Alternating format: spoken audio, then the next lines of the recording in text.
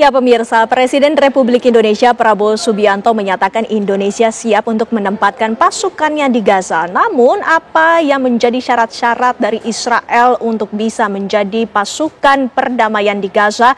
Kami akan membahasnya bersama sejumlah narasumber yang saat ini sudah bergabung bersama kami. Di sebelah saya sudah ada Selamat Ginting yang merupakan pengamat militer. Selamat malam Pak Selamat. Terima kasih sudah hadir bersama kami. Salam dari UNAS. Salam dari UNAS, terima kasih sudah hadir. Dan di sebelahnya juga ada Prof. Yon Mahpudi yang merupakan pengamat Timur Tengah dari Universitas Indonesia. Selamat malam, Selamat Prof. malam, Mbak Indi. Ya, tentunya ini menjadi pernyataan yang menarik yang disampaikan oleh Presiden Republik Indonesia Prabowo Subianto bahwa Indonesia siap untuk menempatkan pasukannya di Gaza. Anda menilainya seperti apa, Pak Selamat?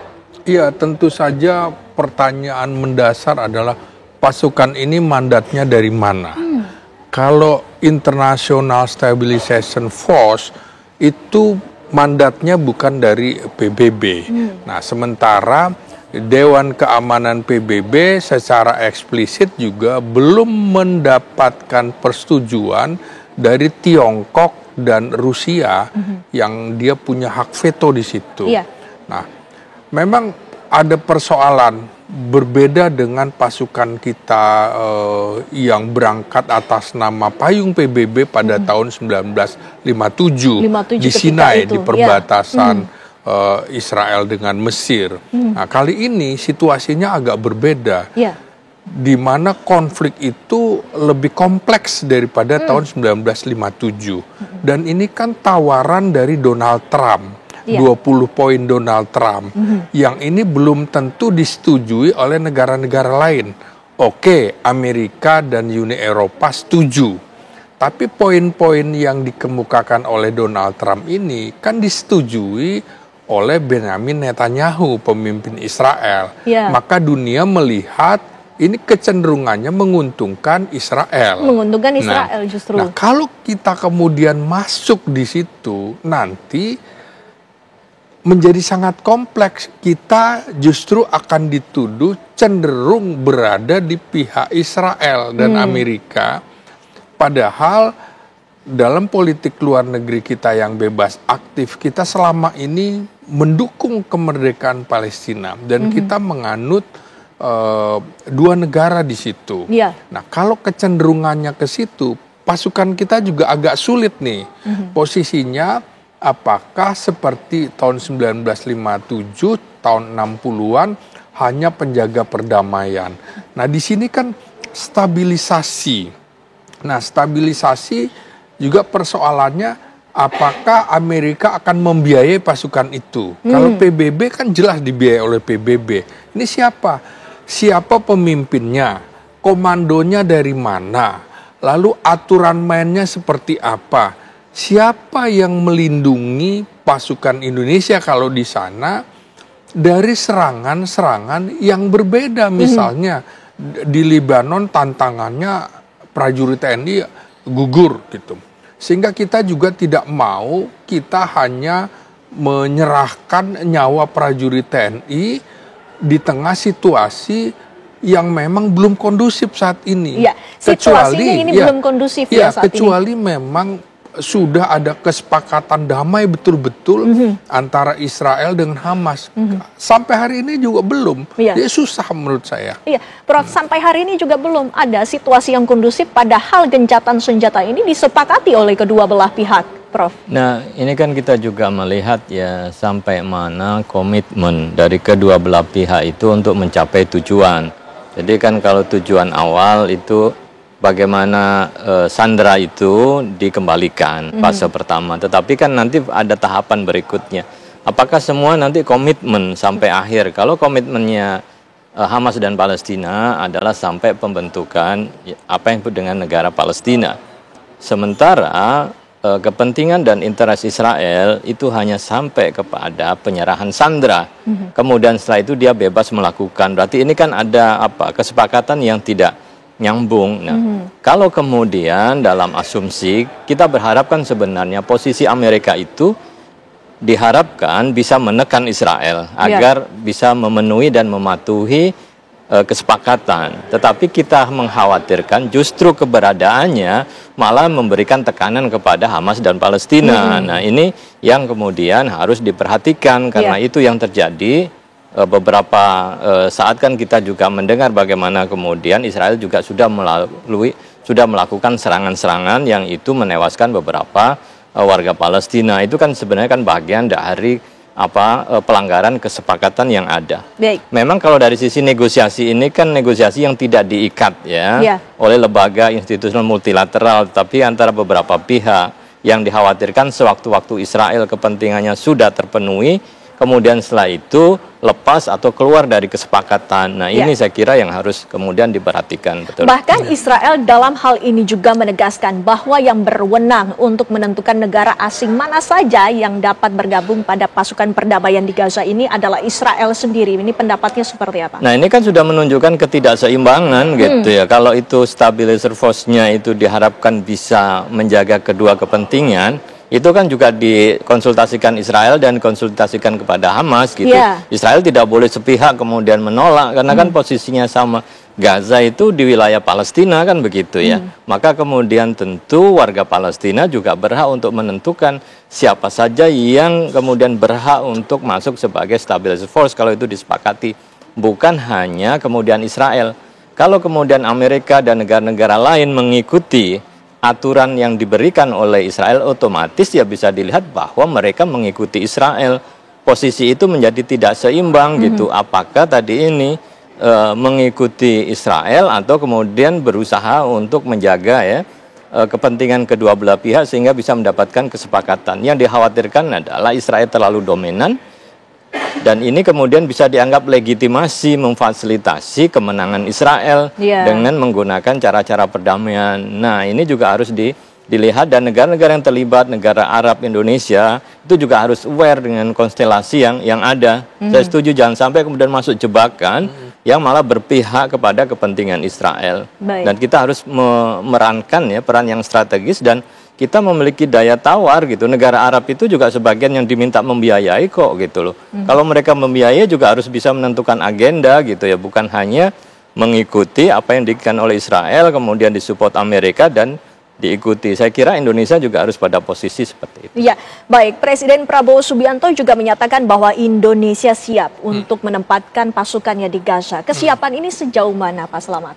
Ya, tentu Indonesia salah satu negara yang paling berpengalaman dalam mengirimkan pasukan perdamaian di bawah bendera PBB, di bawah bendera PBB ya. Memang di bawah bendera non PBB juga kita pernah, misalnya misi di Filipina Selatan dan lain-lain, itu di bawah payung internasional. Nah, kalau soal kesiapan tentu saja karena konfliknya sangat kompleks, maka kita barangkali bisa mengambil di wilayah-wilayah misalnya pasukan rekonstruksi ya,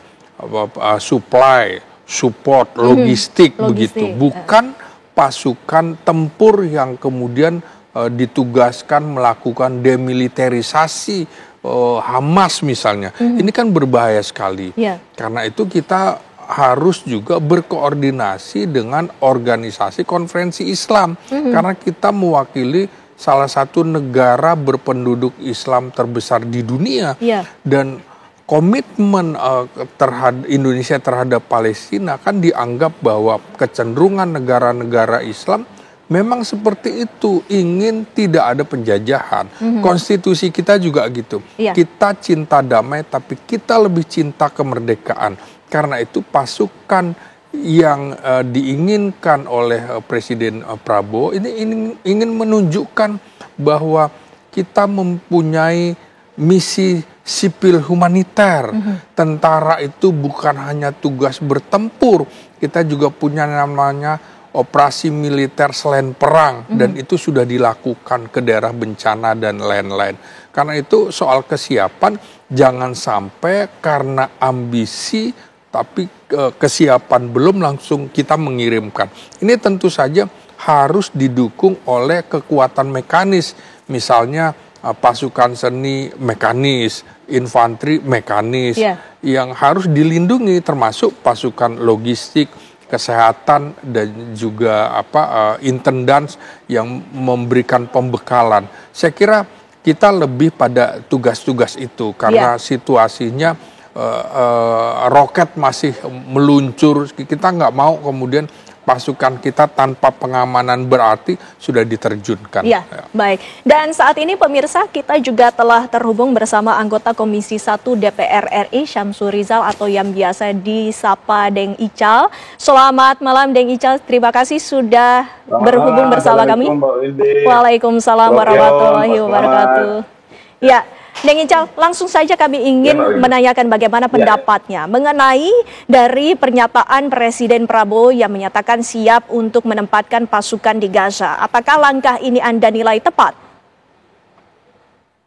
Ya, Pak Windy, jadi kesiapan yang disampaikan oleh Presiden Prabowo itu adalah kesiapan yang merepresentasikan, pertama ya, merepresentasikan keinginan bangsa Indonesia. Yang kedua adalah momentum seperti ini memang momentum deklarasi. Siapa yang berani mendeklarasikan potensi yang dimilikinya itu yang mendapatkan momentumnya. Jadi dari kedua sisi ini kita bisa menganggap bahwa Presiden Prabowo ini pandai melihat situasi, tetapi penting untuk diingat bahwa seperti yang disampaikan oleh Prof. Yon tadi dengan Pak Slamet itu bahwa momentumnya ini berbeda dengan beberapa pasukan perdamaian sebelumnya. Ya, kita sudah mengirimkan 37 kali pasukan perdamaian, tetapi tidak sekompleks apa yang terjadi hari ini karena akar masalahnya ini berbeda tujuannya antara pihak-pihak ISF dengan beberapa pihak yang bertikai di sana yang berkonflik. Israel seperti yang Prof. Yon sampaikan juga tadi itu, mereka kepentingannya sekali lagi bukan Palestina merdeka. Kemudian tentu Palestina Hamas ini tujuannya adalah untuk memerdekakan atau mendapatkan pengakuan kemerdekaan dari negara lain. Ini yang penting untuk dicermati. Sehingga kita ingin bahwa momentum ISF ini menjadi bagian dari penawaran kita sehingga lembaga-lembaga internasional, terutama Dewan Keamanan PBB itu harus mengambil alih persoalan ini. Bukan hanya sekadar Amerika Serikat dan Donald Trump-nya, tetapi OKI, Indonesia, dan beberapa negara di Arab ini harus mengajak dan mendorong Dewan Keamanan PBB ini untuk mengambil alih. Kalaupun kemudian International Stabilization Force itu juga masih digunakan, tetapi mendapatkan legitimasi dari PBB. Karena konsekuensi dari menjaga perdamaian di sana itu, konsekuensinya itu juga sampai harus bertarung nyawa prajurit-prajurit kita. Karena sekali lagi wilayah di situ itu masih sangat rawan.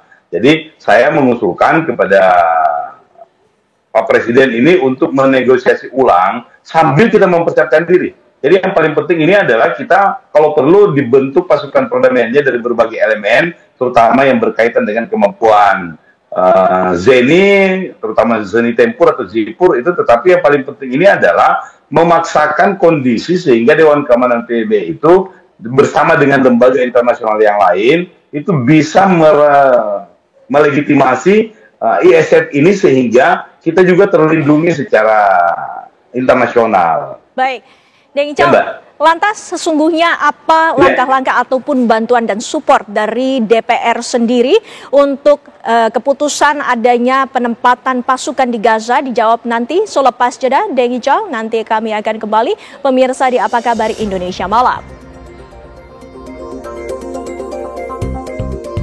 Kita lanjutkan dialog kami, Deng Ical. Kami ingin mengetahui langkah dan juga bentuk dukungan dari DPR menyikapi perihal ini, Deng Ical. Iya, kalau di DPR sendiri memang sudah beberapa kali kita bahas untuk bisa mengambil sikap dalam konflik ini, walaupun secara formal dalam sebuah rapat kita belum melakukan karena ini hari adalah masa reses sampai tanggal 3, tetapi kami dari fraksi PKB dan sebagai anggota DPR secara personal itu menjalin komunikasi dengan Panglima TNI, kemudian dengan Kemenlu, Kementerian Luar Negeri, dan beberapa pihak untuk mempersiapkan diri, termasuk Palang Merah Indonesia, Ikatan Dokter Indonesia, karena kita belum tahu seperti apa komposisi yang dibutuhkan dalam proses pasukan perdamaian ini. Tetapi yang paling penting kita berikan catatan kepada Kementerian Luar Negeri dan Panglima TNI itu adalah untuk memastikan dulu kira-kira condition seperti apa yang dibutuhkan. Dan kita minta pada saat ada permintaan resmi untuk mengirimkan pasukan perdamaian itu sudah jelas demarkasi wilayahnya sampai di mana, kewenangan, tugas dan kewenangannya seperti apa. Kemudian yang paling penting itu adalah siapa yang akan memberikan jaminan keamanan, termasuk aspek-aspek pembiayaannya. Dan kita juga sudah meminta kepada Kementerian Luar Negeri ini untuk memikirkan bagaimana langkah-langkah diplomasi after konflik. Karena jangan sampai kita hanya sekadar mengirimkan tetapi tidak punya perencanaan untuk menindaklanjuti dan mendapatkan benefit dari pengiriman pasukan perdamaian ini. Karena tentu itu akan menguras energi dan kita harap dengan momentum pengiriman ini kita mendapatkan value yang bisa kita manfaatkan untuk diplomasi kita ke depannya. Baik.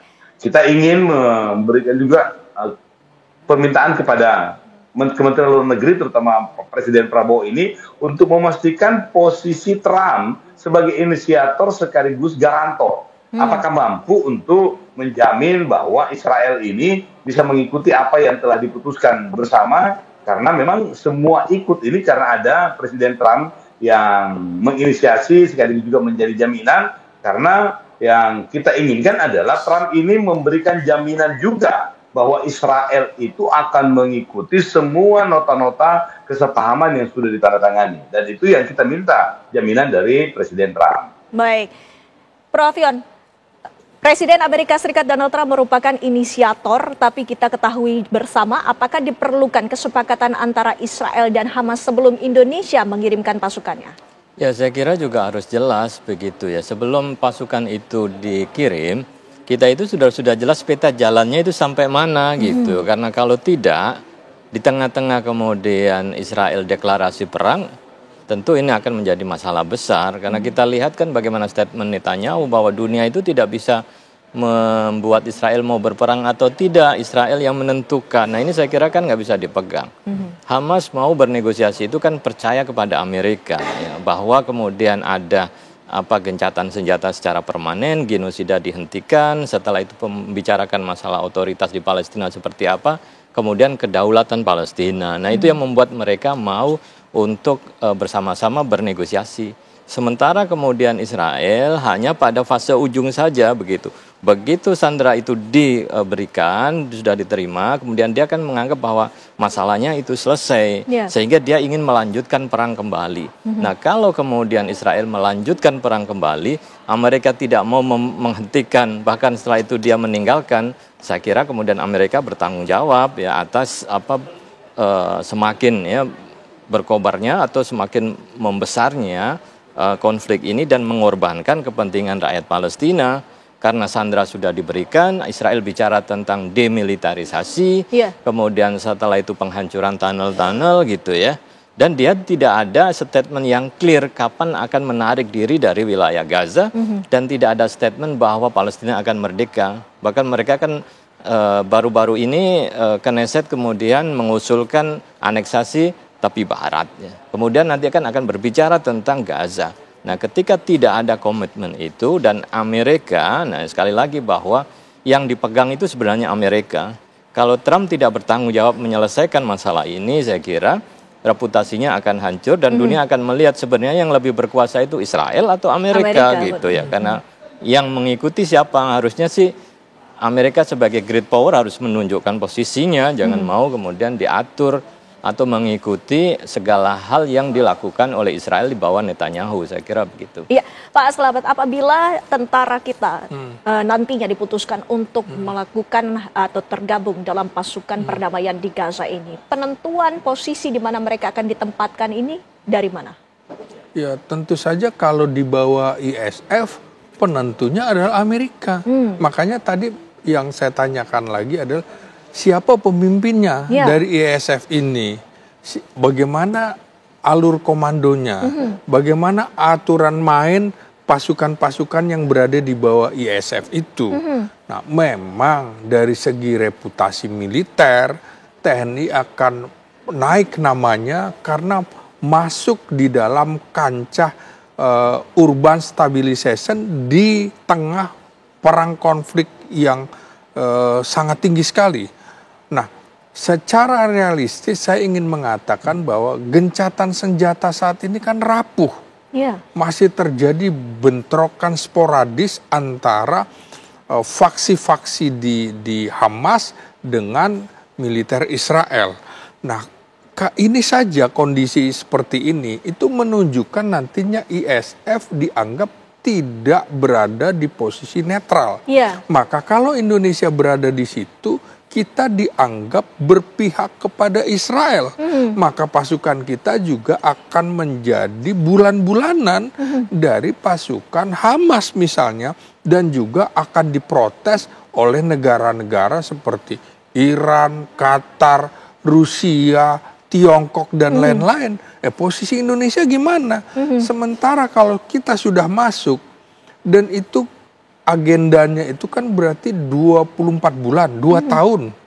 Nah, itu juga harus dievaluasi kembali.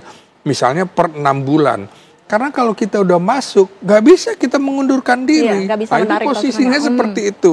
Nah, di tengah tugas-tugasnya juga belum ada di situ. Lalu 20 poin Donald Trump tadi seperti dikemukakan, belum ada tuh poin bahwa ini ujungnya adalah memberikan kemerdekaan pada Palestina. Nggak ada. Apakah kita masuk ke situ menyetujui poin-poin itu, sementara kita dianggap sebagai perwakilan negara-negara Islam besar di dunia, itu menjadi ujung tombak untuk kemerdekaan Palestina. Jadi posisi Indonesia kalau masuk di ISF itu sangat dilematis. Nah, jadi menurut saya coba dipikirkan kembali, kita harus realistis saja melihat kondisi gencatan senjata sampai sekarang aja sangat rapuh. Iya, baik. Deng Ical bisa menanggapi, ini artinya sangat dilematis. Bisa jadi Indonesia berada di posisi di Israel. Apa yang merupakan solusi terbaik yang bisa disarankan oleh DPR? Betul, seperti yang beliau sampaikan tadi itu, bahwa ini kita mau menjadi pasukan perdamaian, tetapi jangan sampai memicu perang dunia ketiga. Karena kalau Indonesia masuk ke situ, di ISF, kemudian dapat apa-apa lah, dapat ancaman lah. Jangankan ada korban dari kita Indonesia, tetapi ada ancaman saja yang menyangkut kedaulatan negara, karena mereka itu adalah bagian dari negara, maka pasti Indonesia akan mengambil langkah-langkah yang bisa jadi ekstrim, dan itu akan mendapatkan dukungan luas dari Arab, dan itu bisa menjadi, sekali lagi saya ingatkan, untuk jangan sampai menjadi pintu masuk potensi perang dunia ketiga. Dan itu yang penting untuk dicermati. Sehingga kalau saya secara pribadi, dan mungkin fraksi kami akan bicarakan itu, adalah menyarankan untuk Presiden Prabowo memastikan dulu apa tujuan dari situasi ini, apa benar hanya 20 ini. Kalau 20 ini kan kita berharap itu merupakan satu etape, yang etape berikutnya itu adalah Palestina merdeka. Karena kita jelas, Prabowo sudah sampaikan, Presiden Prabowo, bahwa yang diinginkan oleh Indonesia itu adalah two-state solution, solusi dua negara. Jadi kalau tidak ada itu, berarti tidak sesuai dengan ekspektasi kita, tidak sesuai dengan pandangan Presiden Prabowo, dan tentunya kita, rakyat Indonesia juga tidak akan menyetujui pengiriman apa-apa ke sana. Kalau perlu bahkan kita mengirimkan pasukan perdamaian itu ke wilayah Palestina untuk memastikan tidak ada agresi lanjutan. Walaupun tentu kita tidak ingin supaya keberadaan kita di sana itu memicu konflik yang baru, tetapi kita penting untuk memastikan terlebih dahulu ini sebelum adanya pengiriman. Tetapi saya ingin ingatkan kepada TNI itu untuk menyiapkan diri sehingga anytime begitu dibutuhkan itu bisa langsung terbang. Oke. Ya, Mbak. Prof Yon, Israel sendiri secara terang-terangan menolak partisipasi dari Turki salah satunya, Prof Yon. Ya kan, kemudian Israel menganggap bahwa posisi Turki saat ini kan sangat kritis dan keras ya terhadap Israel.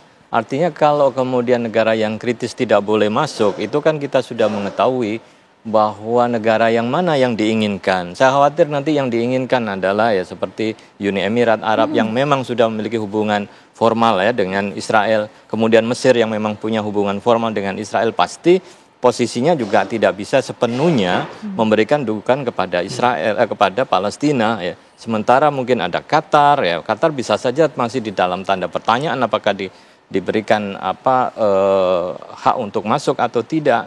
Nah, cara untuk memilih-milih siapa saja ini kan menunjukkan bahwa siapa ini yang menentukan begitu ya.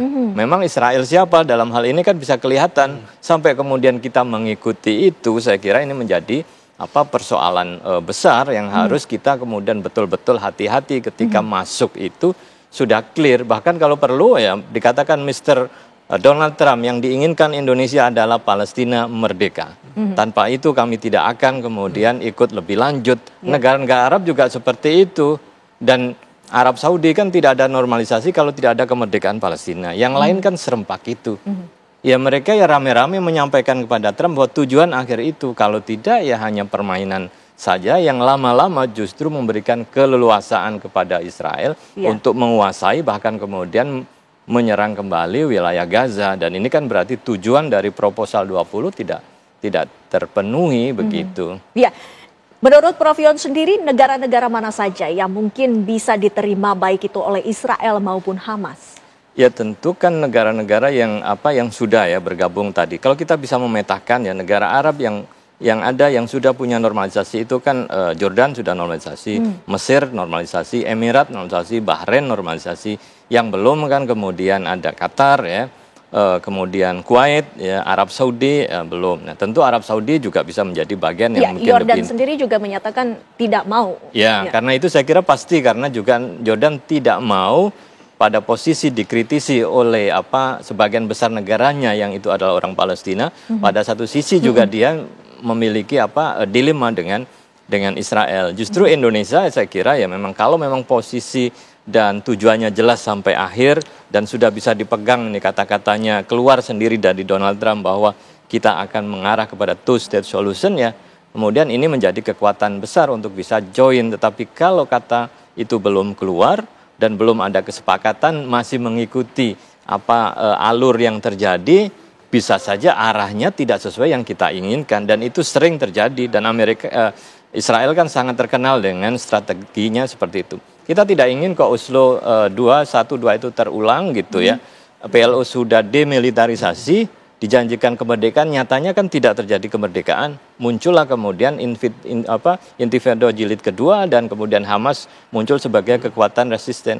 Kalau ini diperlakukan sama, saya kira ada demilitarisasi, kemudian tidak dipenuhi juga akan muncul kembali perlawanan yang lebih besar. Dan ini nggak akan selesai circle-nya kecuali tadi itu ada komitmen. Saya kira ya tentu kita berharap kepada Amerika, Donald Trump, kemudian ya karena mandat aspirasi dari 152 negara itu kan sudah jelas ya, two-state solution.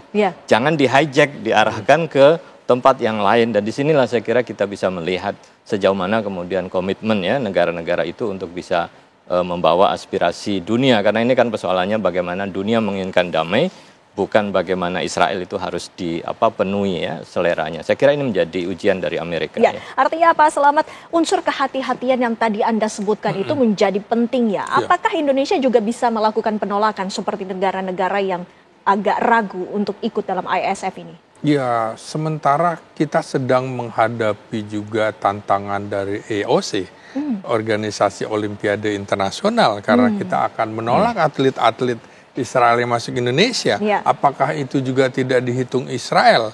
Bahkan kemungkinan juga Israel akan menolak Indonesia masuk di bagian dari ISF itu. Maka menurut saya posisi yang sangat mungkin untuk Indonesia saat ini adalah kita terus mengembangkan diplomatik aktif. Untuk apa? Untuk mengemukakan posisi netral Indonesia dalam kerangka humaniter. Bahwa kita betul-betul ingin persoalan-persoalan kemanusiaan, bukan hanya soal perang di Gaza, itu diselesaikan. Nah, itulah menurut saya cita-cita konstitusi kita yang harus kita kedepankan dalam menghadapi dilema. Jadi posisi Indonesia yang sangat mungkin di tengah situasi kisruh itu lagi-lagi diplomatik aktif bahwa kita adalah negara yang betul-betul mengidam-idamkan perdamaian, tapi kemerdekaan itu jauh lebih penting ketimbang hanya perdamaian belaka. Itu tadi, jangan sampai kita di situ ditugaskan untuk demilitarisasi Hamas, karena dulu demilitarisasi PLO ternyata tidak ada kemerdekaan Palestina. Jadi jangan sampai kemudian kita itu dianggap bagian dari proksi Amerika. Nah, sementara Donald Trump juga dianggap oleh dunia ketika Dewan Keamanan PBB semuanya sudah setuju, hanya Amerika sebagai negara pemilik veto yang tidak setuju untuk Israel untuk mundur dan segala macam. Jadi saya kira itu posisi kita harus tetap strike di situ. Ya, Deng Ical, apakah ini artinya langkah diplomatis ini juga menjadi salah satu yang perlu dipertimbangkan untuk mengurai 20 poin dari Donald Trump tersebut? Nanti dijawab setelah jeda ya, Deng Ical. Kami masih akan kembali selepas jeda pemirsa sesaat lagi. Kita lanjutkan dialog kami, Deng Ical. Silakan dijawab apakah upaya diplomasi ini masih terus dibutuhkan oleh Indonesia untuk mengetahui dan memperjelas poin-poin yang telah diinisiasi oleh Amerika Serikat, Deng Ical. Betul Mbak Windy, karena Indonesia yakin bahwa starting point dari inisiasi Donald Trump ini berangkat dari kondisi yang berbeda. Pada saat 93 di Oslo itu, kemudian tahun 67, sebelumnya tahun 57 dengan Mesir itu sangat berbeda. Pada saat ini kondisinya setelah KTT New York itu diikuti dengan pengakuan yang luar biasa dari beberapa negara, bahkan pemegang hak veto di Dewan Keamanan. Di situ ada Inggris, ada Prancis, kemudian ada Jerman, ada Norwegia, ada Australia bahkan, yang kemudian setuju dengan solusi dua negara ini. Kemudian Trump mengambil inisiatif untuk mempertemukan perjanjian damai ini, dan itu menjadi harapan baru. Indonesia juga jangan sampai larut dalam situasi ini, karena asumsi kita pada saat Trump ini mengajukan proposal 20 ini, itu dianggap bahwa proposal 20 ini adalah satu etape yang akan menjadi pintu masuk bagi etape berikutnya untuk solusi dua negara. Sehingga starting point ini mesti dipahami, dan Indonesia harus melihat dalam kerangka yang lebih global bahwa solusi dua negara itu adalah bagian dari diinginkan oleh Amerika. Asumsi kita awalnya begitu. Saya pun sendiri secara pribadi menganggap bahwa pertemuan ini merupakan pintu masuk untuk etape berikutnya yang sesuai dengan tujuannya kita. Kalau kemudian ternyata tidak ada jaminan bahwa Amerika itu bisa menggolkan untuk solusi dua negara, ngapain kita mau ikut-ikutan di situ? Atau paling tidak kemudian perjanjian ini, kesepakatan ini diratifikasi oleh Dewan Keamanan PBB yang dengan kekuatan yang dimilikinya punya kekuatan untuk menekan dan memaksa, sehingga pengakuan kedaulatan Palestina itu bisa ada dan bisa diterima oleh semua negara. Mungkin tertinggal hanya sekutu yang melekat di Israel seperti Amerika, tetapi menurut saya secara pribadi, kalau semua negara sudah mengakuinya, maka Palestina itu bisa merdeka dan di bawah naungan PBB, sehingga Dewan Keamanan PBB juga bisa memaksakan. Satu hal yang bagi saya secara pribadi juga menganggap bahwa ini masih sangat ambigu adalah keterlibatan ICC, kemudian ICF itu yang sudah memutuskan bahwa Netanyahu itu adalah penjahat perang dan mesti dicari menjadi buronan, itu sampai hari ini juga tidak ada follow up-nya. Dan Dewan Keamanan PBB juga sebagai lembaga yang ya kalau dibilang paling tinggi lah secara internasional itu tidak mengambil sikap di situ. Dan ini penting untuk disikapi oleh Presiden Prabowo sehingga kita tidak terjebak dalam konflik ini yang sekali lagi saya ingatkan untuk jangan sampai menjadi pintu masuk bagi perang dunia yang lebih luas. Baik, Prof. Yon, posisi dari PBB sendiri dalam hal ini seperti apa menurut Anda? Ya, dalam perundingan yang dilakukan di Mesir itu kan Guterres juga hadir, artinya berharap bahwa yang dilakukan oleh Trump dan kawan-kawan itu mengadopsi suara-suara PBB gitu ya, sehingga ada harapan itu. Tapi kan kita tidak tahu bahwa ini ada forum, kemudian di luar bikin forum sendiri, dan kemudian yakin bisa menyelesaikan. Padahal kalau dari statement Trump sebelumnya di dalam pidatonya itu kan mengkritik keras PBB, dia tidak suka dengan lembaga PBB, dia mengatakan bahwa tidak melakukan apa-apa untuk perdamaian. Sayalah yang membuat perdamaian di beberapa negara, dia sebutkan kan, termasuk juga nanti di Gaza, sehingga dia mengambil itu. Padahal dia tidak membaca secara serius bahwa aspirasi di PBB itu adalah two-state solution, tidak hanya sekedar deal maker peace ya, katanya peacemaker saja, tetapi two-state solution. Nah ini yang aspirasi itu saya kira negara-negara 8 itu termasuk Indonesia itu yang harus menjaga aspirasi ini. Karena kalau enggak, Donald Trump nggak terikat dengan two-state solution dan dia lebih dekat dengan hubungannya dengan Israel. Kalau itu yang terjadi, justru itu tadi bahwa arah dari kesepakatan dan bagaimana dukungan internasional yang begitu luas, khawatir disia-siakan dengan tujuan yang berbeda. Nah itu harus dikembalikan lagi.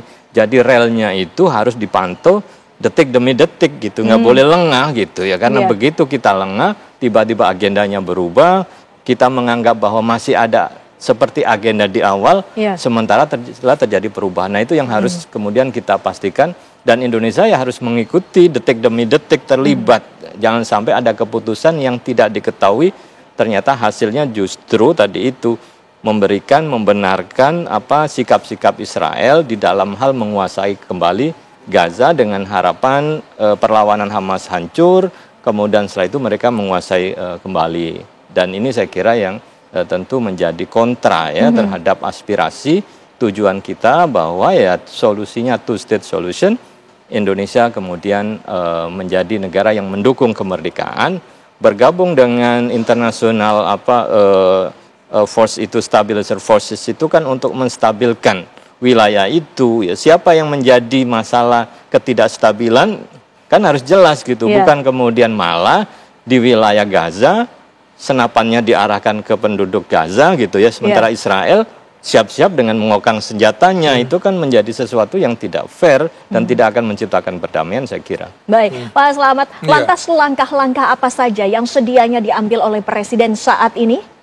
Oleh karena itu Indonesia harus menuntut resolusi PBB agar segera membentuk pasukan perdamaian dunia, bukan pasukan stabilisasi internasional. Karena kalau resolusi Indonesia ini kemudian didukung oleh banyak negara, kita justru akan naik namanya, peringkat kita akan naik bahwa betul-betul Indonesia menginginkan sebuah perdamaian. Jadi itu salah satu jalan keluar. Indonesia harus menuntut resolusi baru PBB untuk membentuk pasukan perdamaian di bawah bendera PBB untuk menyelesaikan sengketa di Gaza. Bukan pasukan dari Amerika, bukan pasukan dari Israel. Karena Donald Trump dan Benjamin Netanyahu dianggap oleh dunia bagian dari masalah itu sendiri. Jadi jangan sampai kalau ISF itu nanti justru dianggap sebagai bagian dari pasukan penjajah. Ketika kita masuk di dalam pasukan ISF, kita dianggap sebagai bagian dari pasukan penjajah. Karena itu tadi jalan keluarnya resolusi untuk mengumumkan bahwa kita akan mengirim pasukan perdamaian PBB. Dan Indonesia menjadi salah satu pasukan terbesar dalam mengirimkan personil militernya. Baik itu pasukan tempur, pasukan zenit tempur, pasukan intendan, juga pasukan suplai kita. Begitu. Baik, terima kasih Pak Slamet, terima kasih Prof. Yon, terima kasih juga dengan calon waktunya bersama kami. Bapak-bapak sudah hadir dalam perbincangan di Apa Kabar Indonesia Malam. Dan pemirsa, kami masih akan menghadirkan sejumlah informasi lainnya selepas jeda pariwara berikut ini. Tetaplah bersama kami.